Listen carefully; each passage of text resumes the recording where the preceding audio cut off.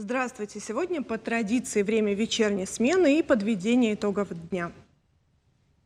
На днях в России отмечали, опять же, День науки. Праздничная дата приурочена к 275-летию со дня создания в России Национальной академии наук.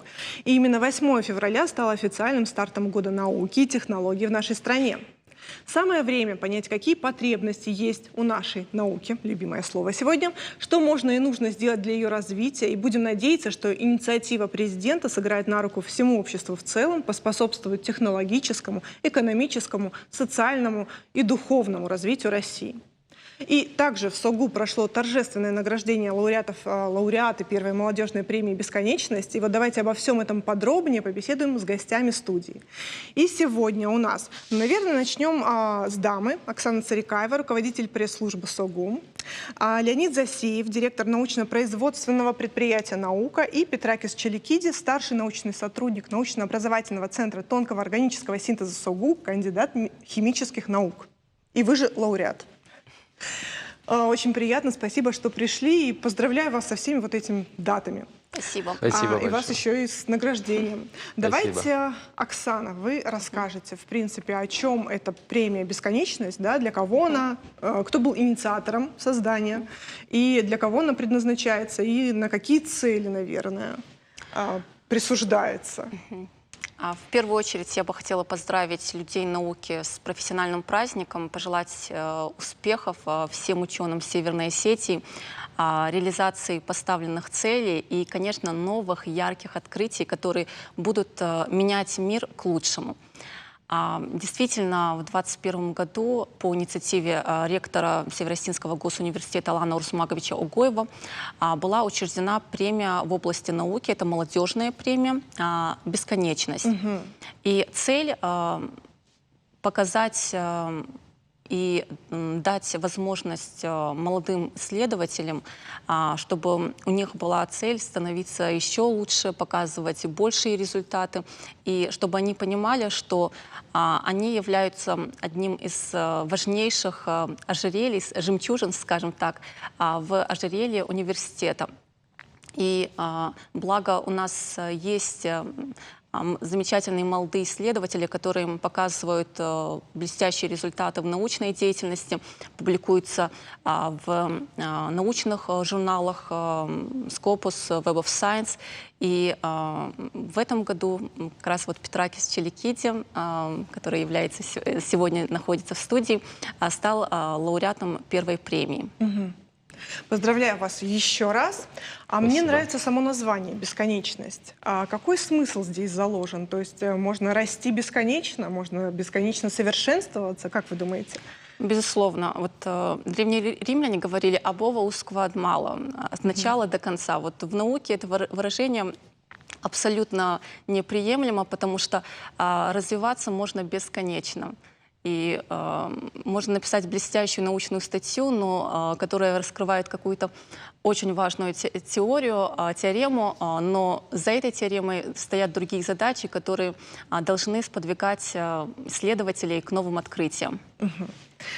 Итак, Петракис, вы согласны? Да, конечно. Согласны с тем, что стали лауреатом заслуженно? Я согласен с тем, что развиваться можно бесконечно. Это все именно так. То есть мы не стоим на месте, мы должны двигаться всегда вперед. И всегда есть к чему стремиться. Стремиться к высокому, к высоким каким-то достижениям. И также идеалам? Вот, да, идеалам. И вот одно из таких достижений, конечно, для меня это было очень неожиданно и очень приятно. А за что получили? Получил, получается, что за свои открытия, за то, чем мы занимаемся. Наша лаборатория занимается... Давайте направление тогда обозначим, да? Чтобы фундаментальными исследованиями в области химии фурана. Я сам работаю в Центре тонкого органического синтеза при СОГУ. Занимаемся мы исследованием реакционной способности и различными превращениями фуранового цикла. Чем он примечателен? То есть вот мы его всегда называем, но как-то не обозначаем. Это очень такой, он и лобильный, то есть лобильный субстрат, и в то же время он сам по себе интересен. Получают его из отходов сельхозпродукции, то есть, Так. в частности, из кукурузной Так промышленности. поэтично об отходах. Да, из отходов сельхозпродукции. То есть мы помогаем, мы разрабатываем методы рациональной утилизации отходов сельхозпродукции, в частности, кукурузной промышленности. Вот сейчас стало гораздо понятнее. И вот эта премия, кстати, что она себе представляет? То есть там какая-то сумма, да? Да, сумма ежемесячная? составляет 30 тысяч. Да. Это плюс очень красивая статуэтка, которую Так. вручили как раз на церемонии награждения. Очень красивая, кстати, была сама церемония. Впервые мы делали именно в этом формате. И наградили не только Петракиса, но ведомственные награды получили другие наши молодые исследователи и их научные руководители за те достижения, которые были сделаны нашими замечательными учеными. И действительно, за 2 последних года мы можем говорить о том, что университет действительно сделал именно в части науки, есть достижения. Скажем, в прошлом году, например, университет заработал 25 миллионов рублей благодаря выигранным конкурсам. Это и конкурс Российского фонда фундаментальных исследований, и Российского научного фонда. Естественно, я думаю, каждый, наверное, житель Северной Осетии уже слышал, что в конце 2019 года университет выиграл 7-й конкурс Миноборнауки России на получение мегагранта. И на базе физико-технического факультета была открыта лаборатория физики поверхности и катализа под руководством американского профессора Франциско Заира. Это профессор Калифорнийского университета. И это впервые региональные ученые и иностранные ученые сделали такой прорывной шаг, что в центре, на Северном Кавказе будет реализоваться физика высоких достижений. И те открытия, которые будут сделаны там, они будут слышны не только на территории Северо-Кавказского федерального Такой округа, мировой уровень. но это мировой уровень. И это не преувеличение. Ну дай бог. Я не зря спросила про саму премию, потому что мы же как-то должны подстегивать как раз-таки юных молодых исследователей, да, к дальнейшей работе, к реализации. Но вот не знаю, достаточно ли этой суммы для того, чтобы как-то их простимулировать. Что еще мы можем им дать, что еще мы можем им предложить, Оксана?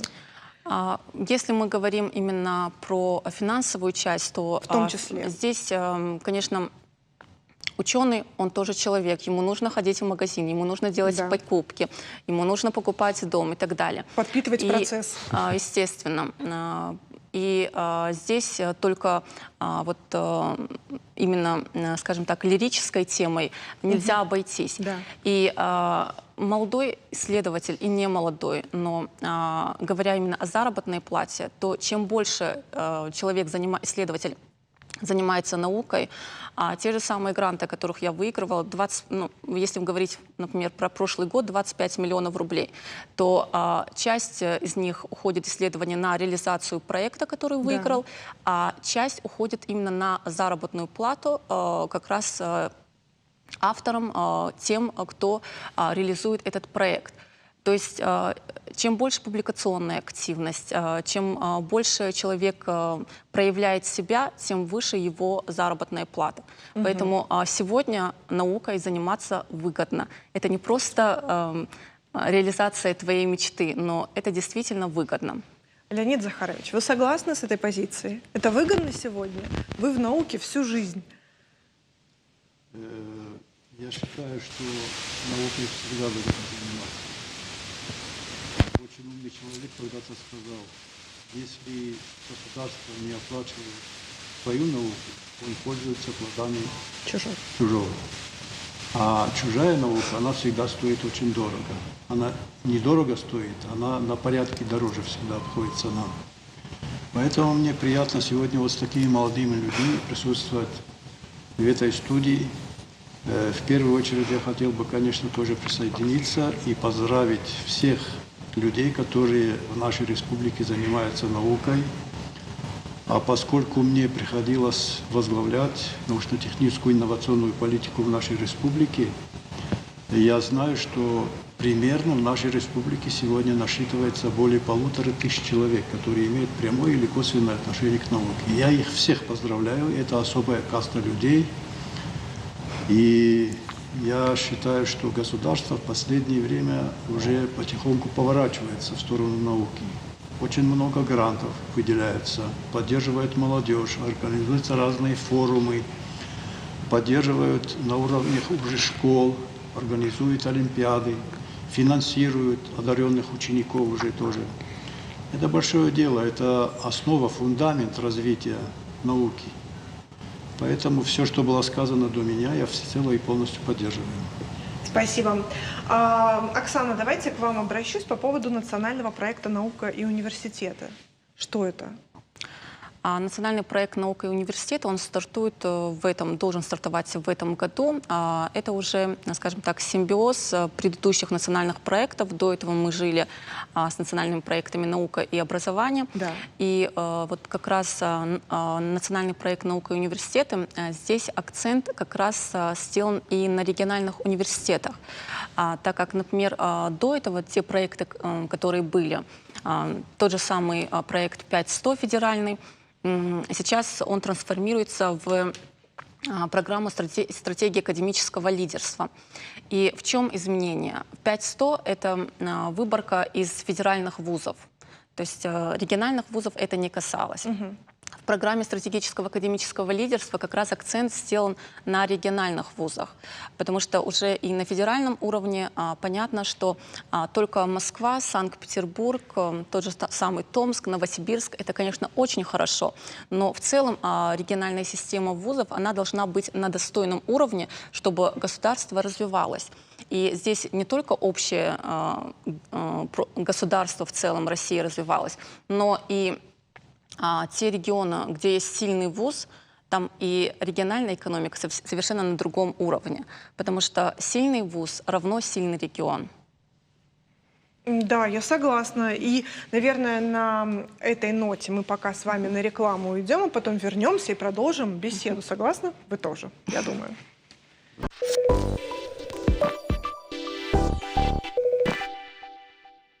Продолжаем разговор. Вот думала спросить у Оксаны, но, в принципе, этот вопрос может быть адресован всем вам. С какими достижениями мы вошли в год науки? Вот, давайте пока отчитаемся за прошедшие годы. И, наверное, чего ждем от 2021-го? Кто первый? Начнем с меня тогда. Давайте, Оксана, как и было запланировано. На мой взгляд, вот первым я бы хотела сказать о том, что к 2020 году мы подошли с тем, что в первую очередь мы стали первым информационным центром. На базе университета открылся первый информационный центр Объединенного института ядерных исследований. Почему это важно? Это важно именно с той точки зрения, что центр стал аккумулирующим элементом, который собирает вокруг себя молодежь, молодых исследователей, начиная со студенческой скамьи. И они уже видят свою дальнейшую траекторию развития, магистратуру, аспирантуру, научную деятельность, потому что видят, как можно развиваться. Они проходят практику на базе Объединенного института ядерных исследований в Дубне, проходят иностранные стажировки, огромное количество конференций. И, конечно, это стимулирует молодых людей для того, чтобы развиваться. И сам информационный центр, то, что его открыли в 2018 году, и это, на мой взгляд, стал тем новым элементом в научной системе Юга России. Потому что здесь собираются научные силы со всей России. И нам очень приятно, что и для ОИАЙ это первый блин не оказался комом. И исходя уже от успеха, который был на нашей базе, они в конце 2020 года уже открыли второй информационный центр уже в Египте. Здорово. А если говорить о наступившем 2021 годе? 2021 год для нас как раз собираются и те мероприятия, которые были запланированы в 2020 году, мы их переносим на 2021 год. Это, конечно же, и те мероприятия не только научного характера, но мероприятия, которые были запланированы в связи с юбилейной датой, столетием университета. И эти мероприятия, это и, конечно, они не только, естественно, научного направления, но и гуманитарного. У нас очень хорошее взаимодействие сложилось с Российским историческим обществом. Как раз в прошлом году у нас открылось региональное отделение Российского исторического общества. Это большое достижение. И благодаря вот этому новому шагу, взаимодействию с Рио, была проведена совместная экспедиция с Национальным архивом Финляндии. И мы смогли, наш исследователь, исторический факультет смог доказать, что во время Великой Отечественной войны на территории Северной Осетии были финские солдаты, которые воевали на стороне нацистской Германии. То есть до этого это не было доказано, и только благодаря вот той научной работе, которая была проведена историческим факультетом, это смогли доказать. То есть вот так благо поступательно идет и точные науки, скажем так, и гуманитарный цикл. Да, я все-таки надеюсь, что с течением времени мы будем все больше и больше, благодаря вот этим высоким технологиям, узнавать о нашем прошлом. Меня, например, это очень интересует. Леонид Захарович, вы кивали. Для вас это новость была? Значит, я в курсе практически большинства новшеств нашей республики. По роду своей деятельности я соприкасаюсь с учеными из разных вузов, НИИ, не только в нашей республике, но и в других регионах. Поэтому в основном я в курсе всего, что творится. И что на вас произвело большее впечатление? Практически мне нравится, что в последнее время появилась хорошая молодежь, которая стремится к достижениям. Все понимают, что настоящие достижения – это те, которые на мировом уровне. Уровень нашей республики, уровень даже России ничего не даст, если мы не достигнем мирового уровня или не превзойдем его. Коллеги не дадут соврать, что наука обычно делится на две составляющие. Это фундаментальная наука и прикладная. Вот я по роду своей деятельности практически всегда был увязан с прикладной наукой. То есть там, где мы ищем направления уже до определенного уровня доработанные, берем их на вооружение, значит, поручаем исследователям довести их до какого-то уровня, отдаем их в конструкторское бюро, те их дорабатывают до определенного уровня, а потом стараемся довести их до производства, то есть до завершения. И поскольку и фундаментальная наука, и прикладная наука очень затратные, если в завершении разработка не заканчивается высокими доходами и прибылью, то вся работа идет на смарку. То есть это важнейшая часть начала фундаментальной науки, потом прикладной науки, потом внедрения в производство. Так если вот брать прикладную науку, мы, вот конкретно наш коллектив, с привлечением специалистов из других научных организаций, мы занимались нетрадиционными источниками энергии. То есть занимались разработкой, начали разработку где-то 10 лет тому назад. Это очень популярная тема. Да, это плавающая гидротурбина. Где-то лет 5-7 назад нам удалось уже промакетировать, изготовить его, испытать его, посмотреть, что получается. И в течение 3 лет мы вели переговоры о продаже лицензий на эту разработку. Одной из основных ступеней любой разработки является это продажа лицензий. Это значит, твоя работа востребована. Переговоры шли очень трудно. Если сказать о том, что 3 года велись переговоры, вроде мы договаривались и расходились, договаривались, расходились, но в середине прошлого года мы окончательно договорились и продали исключительную лицензию на его продажу. Это то, что касается, что сделано было до начала 2021 года. Но есть другие разработки, тоже прикладного характера, которыми мы занимаемся. Одним из них является разработка и освоение производства композиционного материала нового поколения. Такого материала пока в мировой практике не существует. Мы сканировали рынок, были на выставках, международных форумах в Ганновере, в Франкфурте на Майне, в Москве. Но материала аналогичного нет. Нам удалось создать ее. Мы получили уже на практике материал, который задумали, обладает уникальными способностями. Из 12 параметров, которые характеризуется материал в ведущих странах мира, по 7 мы достигли мировой уровень, по 5 превышаем мировой уровень. Но для его довершения, до производства на испытания нужны большие деньги. Вот сейчас главная наша задача – искать инвестора под этот проект. И если Бог даст, мы найдем такого, это станет драйвером для экономики не только нашей республики, но и в стране. Ну, в год науки все должно сложиться. Искренне надеюсь. Как скажет Всевышний. Петракис, давайте к вам такой вопрос теоретического свойства. Как вы считаете, как поднять и возможно ли это сделать в нынешних условиях престиж науки в глазах нашей молодежи?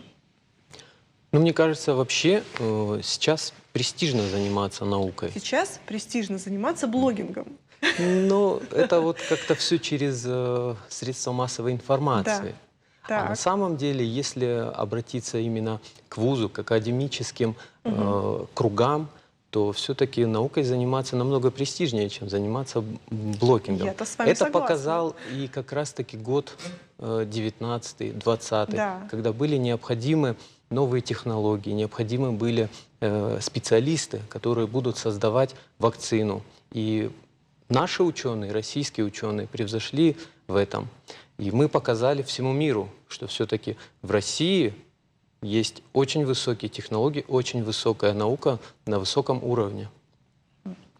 Как это сделать, чтобы привлекать молодежь? Ну, в принципе, очень много механизмов. Они ведутся как и на региональном уровне, то есть существуют представительства различных фондов, различные мероприятия проводятся. Например, Это уже как Сани, видимо, по мероприятиям. Да, Так. например, вот в 2018 году в рамках в СОГУ была конференция всероссийского уровня с международным участием. Посетило очень много специалистов со всей страны, со всей России. И важно это было, потому что где-то это даже дало и толчок нам. То есть мы как-то присмотрелись, пообщались, нашли точки соприкосновения совместные, какие-то у нас появились темы с теми людьми, которых раньше, может быть, мы даже и не знали. То есть поэтому чем больше будет таких мероприятий, и надо это, наверное, начинать именно со школьной скамьи. Совершенно Они верно. существуют, такие мероприятия. Это шаг в будущее. Есть тоже очень интересное мероприятие «Наука 0». То есть это именно привнесение науку в массу для школьников, для совсем вот средних классов, даже не для высших классов, не для старших классов, а для средних классов. Там тоже очень много бывает абитуриентов, студентов, которым это все интересно. Поэтому в целом направление у нас развивается это. И многие уже первокурсники приходят к нам, стараются, занимаются. Например, в нашей лаборатории сейчас 2 студента и магистр. То есть они выполняют свои магистрскую и курсовые работы. Но и они пришли не только из-за того, что это нужно было выполнять, а потому что им было интересно. Осознанно. Да. Здесь Да. можно было бы добавить, что сейчас очень много программ, которые поддерживают молодежь. Так.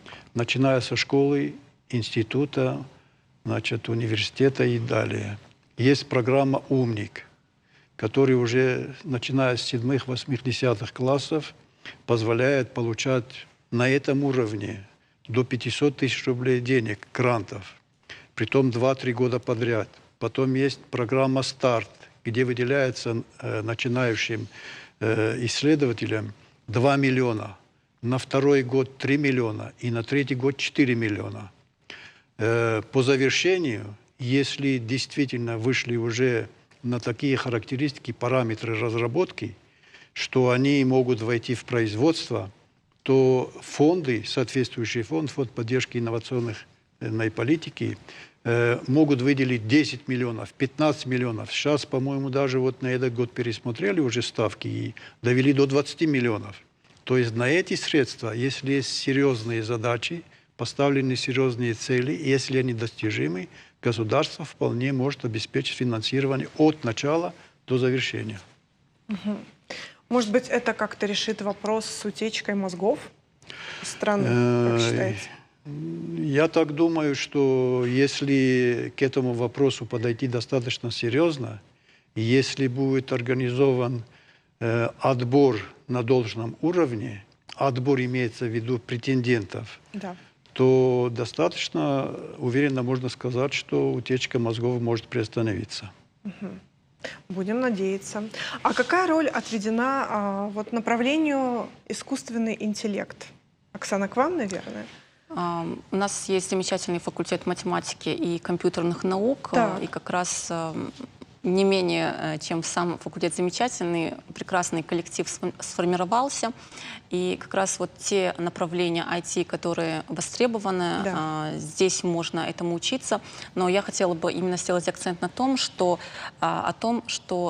факультеты наши собирают и действительно не только уже учеников старших классов, но факультеты идут в школы. Да. Вот как раз на примере факультета математики и компьютерных наук с 15 февраля они запускают пилотный проект, который называется «Изиматика».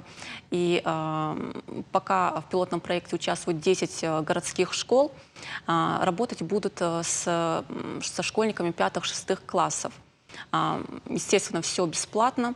И здесь работа будет именно по математике и информатике. Почему выбрали 5 и 6 классы? Потому что как раз вот у них еще не угас интерес ни к математике, с ними можно работать, можно научить. И как раз если действительно целенаправленно идти к этому, то можно создать, получить тех ребят, которые хотят заниматься наукой.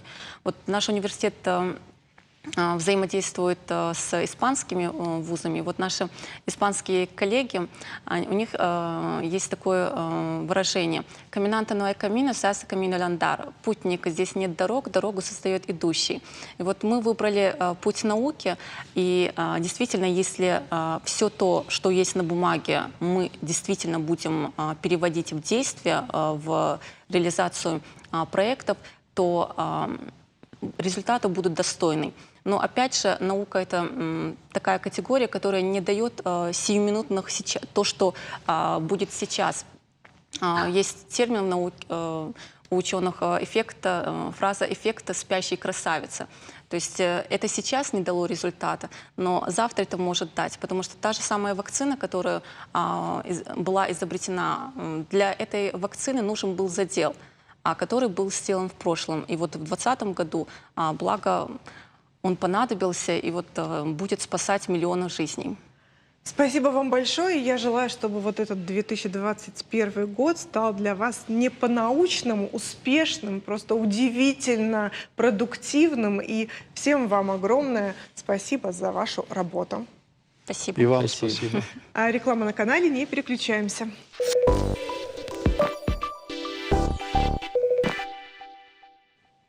Русский драматический театр отмечает в этом году свой 150-летний юбилей. Вот художественный руководитель Владимир Иванович Уваров сегодня у нас в студии и готов поделиться последними новостями о том, как идет подготовка к дате и, в принципе, что новенького, потому что с вами не виделись очень-очень давно, уже соскучились. Добрый вечер. Здравствуйте. Итак, не буду поздравлять заранее. Кстати, вашу дату юбилейную 70 лет я пропустила в прошлом году, поэтому с прошедшим. И я знаю, что практически половину своей сознательной жизни вы провели в служении театру русскому. И вот хочу вам задать такой вопрос. Вы не жалеете о том, что когда-то решили остаться здесь, в Северной Сити, на ПМЖ? Нет.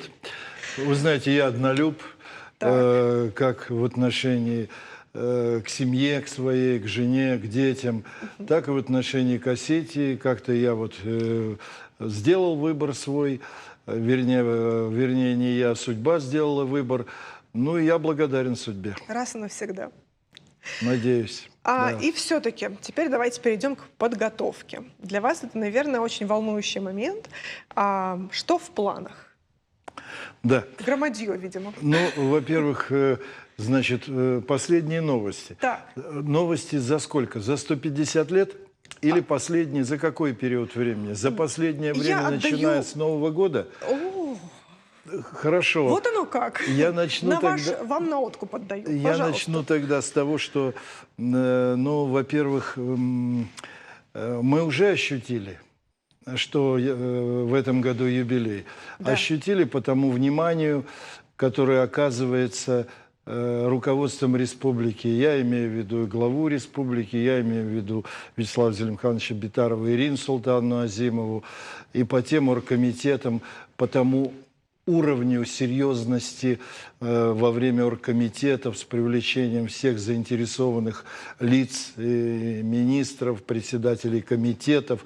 То есть очень серьезная, активная подготовка, настолько серьезная и активная, что, вы знаете, я всегда говорю одну и ту же фразу. Надо соответствовать тому уровню отношения и держать планку того уровня отношения к тебе, чтобы не оказаться хуже того внимания, которое к тебе проявляют.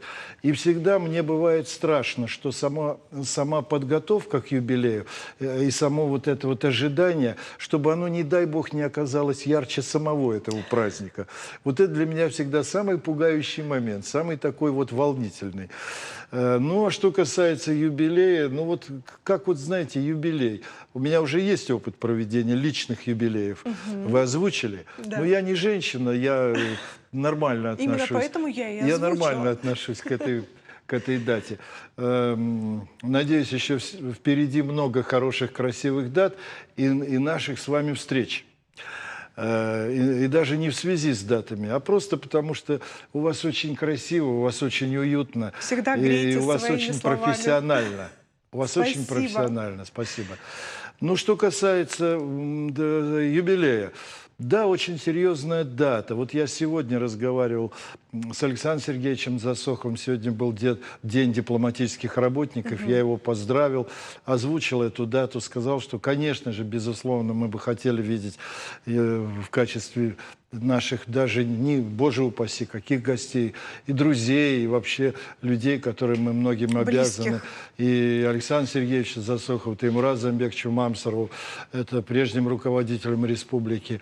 Конечно же, я уже говорю, мы ощутили на себе уже, что такое, что есть такой юбилей, что он придет 29 мая, а 30-го мы проснемся и скажем: Господи, мы уже стали на год взрослее, нам уже пошел 151 год. Так бывает после юбилея на следующий день. В каком бы ты состоянии не встретил этот день, все равно на следующий день ощущаешь, что еще год жизни прожит. Хотя прожит один день. Мы получили, конечно же, я вот не перестану благодарить главу республики, мы получили автобус великолепный. Первые шаги на этом автобусе мы уже делаем.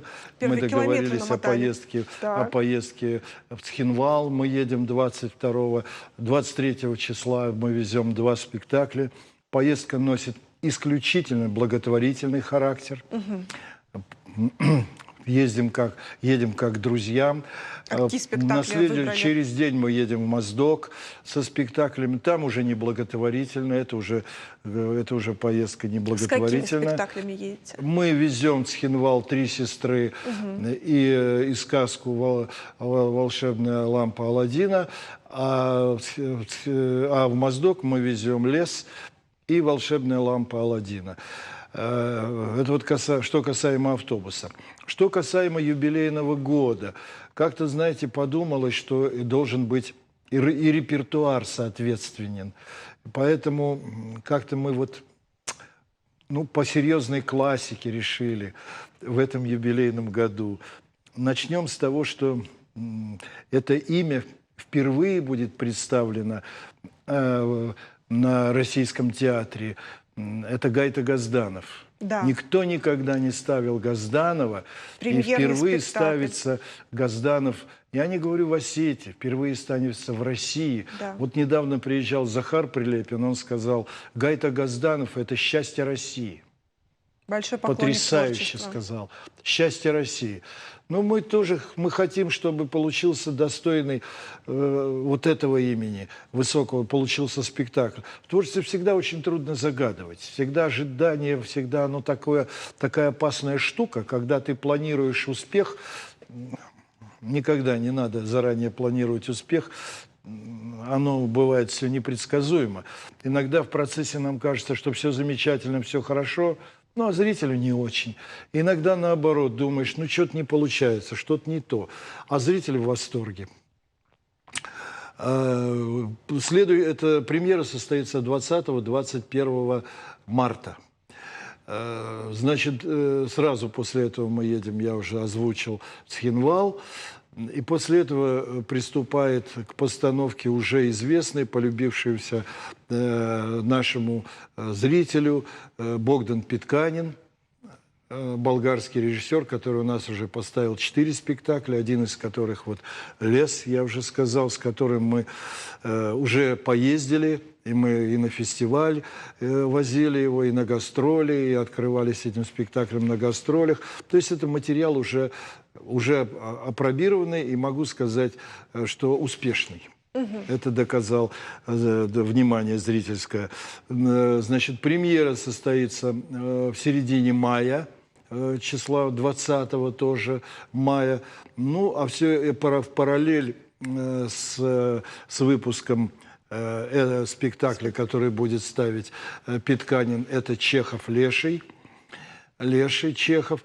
И мы будем, конечно, готовить само это юбилейное торжество. Но вы так дипломатично уходите от темы празднования. Нет, я говорю год юбилейный. Ага. А потом, он же год, а Да. потом, значит, после Лешего приезжает Белла Каргинова, и сразу после юбилея приступает к постановке тоже. Мы перебрали массу вариантов, искали с ней очень много переворошили материала. А потом мы издаем книгу к юбилею, очень красивую, хорошую, большую, мощную книгу со всей 150-летней историей театра. Вот я надеюсь, я подарю вам эту книгу. Она должна быть очень эффектная и очень насыщенная издание, информационно, очень познавательная. И вот я перечитывал опять материалы и снова наткнулся на то, что театр-то открылся драмой Лермонтова «Маскарад». И мы подумали, как же это будет здорово. Театр 150 лет назад открылся драмой Лермонтова «Маскарад». А что же мы ищем? И «Безымянная звезда» у нас была, и что у нас мы только не перебрали. И мы решили, значит, драма Лермонтова «Маскарад». Это 3-й такой знаковый спектакль в юбилейный год. Сам юбилей мы планируем 29 мая.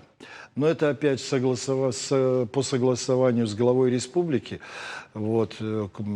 И, конечно же, мы ожидаем масса очень таких серьезных, гостей. Для нас очень дорогих гостей. Приоткройте завесу тайны. Что, простите? Приоткройте завесу тайны. Кого? Да я не приоткрою, я ее просто распахну перед Давайте. вами. Значит, конечно, с кем я уже поговорил. И кто пока ну, не знаю, может быть, стесняются мне отказать. Пока мне пообещали приехать. Это Урин, директор Большого театра, с которым мы дружим. Лично я, и которому очень нравится Осетия. Он приезжал сюда с театром, с группой из актеров театра, еще тогда он был директором Станиславского и Немировича Данченко. Калягин Сан Саныч, ну, Калягин, председатель Союза театральных деятелей, он обязан приехать. Безусловно, вахтанговцы, Кирилл Игоревич Крок. Я очень надеюсь, Римас Туминес очень хотел приехать и говорил, даже если вы меня не возьмете, Кирилл Игоревич, я все равно приеду первый. Это Василий Семенович Лановой. К большому сожалению. Вот, это трагедия. Вот. Я не знаю, кто еще из вахтанговцев. Может быть, это Князев, ректор Щукинского училища. Я не знаю, кто еще. Конечно же, мы ждем Розовского Марка Григорьевича, который у нас тоже друг нашего театра, и который поставил у нас блистательный спектакль. Безусловно, я жду Наталью Давидовну Старосельскую. Это главный шеф-редактор нашего самого главного журнала «Страстной бульвар». Ну вот такая вот обойма таких вот культовых, таких вот. Ну, конечно, если бы приехала министр культуры России любимого, тем более для нее эта поездка была бы, наверное, любопытна. А где она была на Кавказе, я не знаю. Я думаю, мы бы сумели проявить должное гостеприимство, должное ее уровню гостеприимства. Мы были бы очень рады, если бы ее пригласили, но это уже, извините, не на моем уровне надо этих людей приглашать. Вот, собственно говоря, это вот по поводу Уместите всех? Людей, которые приезжают. Уместите всех в гостеприимных стенах вашего театра? Ну, думаю, да. Тем более, мне кажется, уже к тому времени нам разрешат 100% заполнение зала. Я думаю, да. Ну, плюс регионы, может быть, соседние наши друзья, может быть, министры, может быть, руководители театров каких-то. Ну, собственно говоря, вот такое вот событие, которое хочется, чтобы оно было ярким, эмоциональным, чтобы оно запомнилось. Безусловно, пресса вся. Большое внимание уже к нам есть со стороны СМИ. Опять же, благодаря вниманию со стороны главы, со стороны Азимовой, со стороны Министерства культуры уже у нас есть серьезное внимание к нам, средствам массовой информации, в том числе и какие-то портреты актеров будут. Ну, вот такое. А что касается непосредственно финансовой поддержки, вам оказывают ее в полной мере? Ну, да, конечно, безусловно. Все-таки вот успех могу спектакля... сказать, это очень важно. Могу Да. сказать с гордостью, что вот сейчас будут ремонтировать фасад театра, потому что, ну, это же лицо все-таки города. Да. И это же не театр имени Уварова, не частный театр. Это фасад, это театр, который принадлежит республике, это такое место. Я знаю, что есть планы, делают сейчас великолепную, сделали от площади до Горького. Вот это мне очень нравится, вот там очень красиво сделали с двух сторон. Вот это все очень, очень эффектно и очень красиво. То же самое я вижу продолжение. Я надеюсь, что будет отремонтирована площадь, фасад театра. Я говорю, мы издаем очень серьезный, 300 экземпляров книгу. Да, это не буклет. Мы издаем выпускаем юбилейные значки. Никогда не было за 150-летнюю историю русского театра значка с логотипом театра. Здесь будет такой красивый профиль Вахтангова. Ну, в общем, много. Масштабно. Но я бы хотела вернуться к теме о спектакле «Маскарад», которым вы хотите отметить юбилейную дату. И, кстати, вас можно будет где-то увидеть в спектаклях? Меня увидеть, приходите. Я играю Чебутыкина в «Трех сестрах». Я играю суббота-воскресенье, понедельник спектакль играю, где все мои друзья, я их очень корректно и очень аккуратно приглашал на премьеру этого спектакля. Я говорил, приходите, только, пожалуйста, я должен вас подготовить, громко не смейтесь. Я играю отца моей жены. Вот, я никогда не играл отца Наташи. Ну, партнеры мы были с ней не один раз. Я играл Яга, она играла Дездемону в свое время еще с Бибо Ватаевым, Бибо был Отелло. Это было, когда я сделал все подлейшим образом, чтобы Бимбулат Заурбекович, который играл Отелло, ее задушил. Вот это было. А вот... А я надеялась, может быть, вы в «Маскараде» тоже как-то задействованы? Не знаю. Я никогда не выпрашиваю ролей. Это вот если Каргинова... А может быть, воспользоваться служебным положением? Административным ресурсом. Не надо, не надо. Коррупционная составляющая. Я депутат парламента, Да, я вы сам против. законотворец, поэтому нет. Я боюсь давить. Это уж пусть она, как она решит, так она и будет. Кстати, Сочтет нужным, пожалуйста. Но мне кажется, возрастной я туда никуда не попадаю. Вы же сами озвучили, сколько мне лет. Вот если бы вы не сказали, сколько мне лет, может, Каргинова бы меня и взяла в «Маскарад». Мы вырежем потом. Смотрите, постфактум. Мне просто интересно, вот этот спектакль «Маскарад» современный, он будет в классической постановке или что-то будет необычное, что-то новаторское привнесено? Вот Не я хотите вас раскрывать? очень прошу, придите на «Три сестры». Так. Не потому, что я там играю, и я лично вас хочу пригласить. Больше того, вы будете сидеть, я вот замечу, где вы будете сидеть, и я в паузах между какими-то словами, я буду, вот, можно я буду вам вот так, вот, что я вас вижу. Да. Вот, вы знаете, когда Белла Каргинова предложила мне музыкальное оформление на Гребенщикове, я ничего не понял. Да. И я говорю, где Чехов и где Гребенщиков? Вы не представляете, насколько это получилось эффектно, эффективно, и трогательно, и современно, и в то же время попадало и в эпоху. Это просто потрясающе. Я вас приглашаю. Вот говорите, что придете. Да, у меня 1000 свидетелей. Все. Поэтому в отношении вот решения, Да. современно-несовременно, я не понимаю такое современное решение, что бедные драматурги с трудом бы узнали свою пьесу. Да. Вот к нам приезжал Малый театр, и мне очень понравилось, как одна народная артистка России, Охлупина, сказала по поводу решения, по поводу современности. Да. Современность ради современности. Вот Толстой сказал,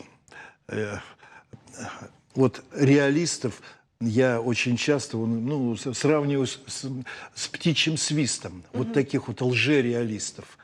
Понимаете, когда современность ради современности, то выхолащивается душа и той эпохи, о которой писал. Вот я 1000 раз говорил и повторю. Вот зачем искать ту современность, которая заложена в самом понятии классика? Вот я уже много раз говорил, как один японский философ, писатель, ученый сказал, вся классика написана сегодня утром. Так она и так уже сегодня актуальна. Зачем же вот это вот все делать? Понимаете? И вот я говорю, и вот сказала вот эта народная артистка, говорит, вот иногда, когда я вижу издевательство над Чеховым, над Тургеневым, над Гоголем, над Островским, над Пушкиным, то я думаю, а зачем вы умничаете? Если вы умнее Чехова, ну возьмите сами, напишите пьесу. И выразите себя в этой пьесе до конца. Как верно вы говорите, цитируете. Спасибо. Спасибо вам за сегодняшнюю беседу. Как всегда, очень приятно и душевно. Обещаю прийти к вам непременно. И пускай все воплотится, пускай все свершится и сбудется так, как вы этого хотите. Спасибо. Я, пользуясь тоже случаем, хочу вас поблагодарить за внимание не только к этой дате, за всегдашнее внимание к театру. И хочу, пользуясь случаем, поблагодарить всех тех людей, которые сегодня переживают, как пройдет, и что нас ждет, и как мы встретим гостей, все, кто занимается и помогает проведению юбилея. Спасибо большое. И вам. Всего доброго. Это на сегодня все. Желаю вам мира и спокойствия и в ваших домах. И всего доброго. До новых встреч. Спасибо.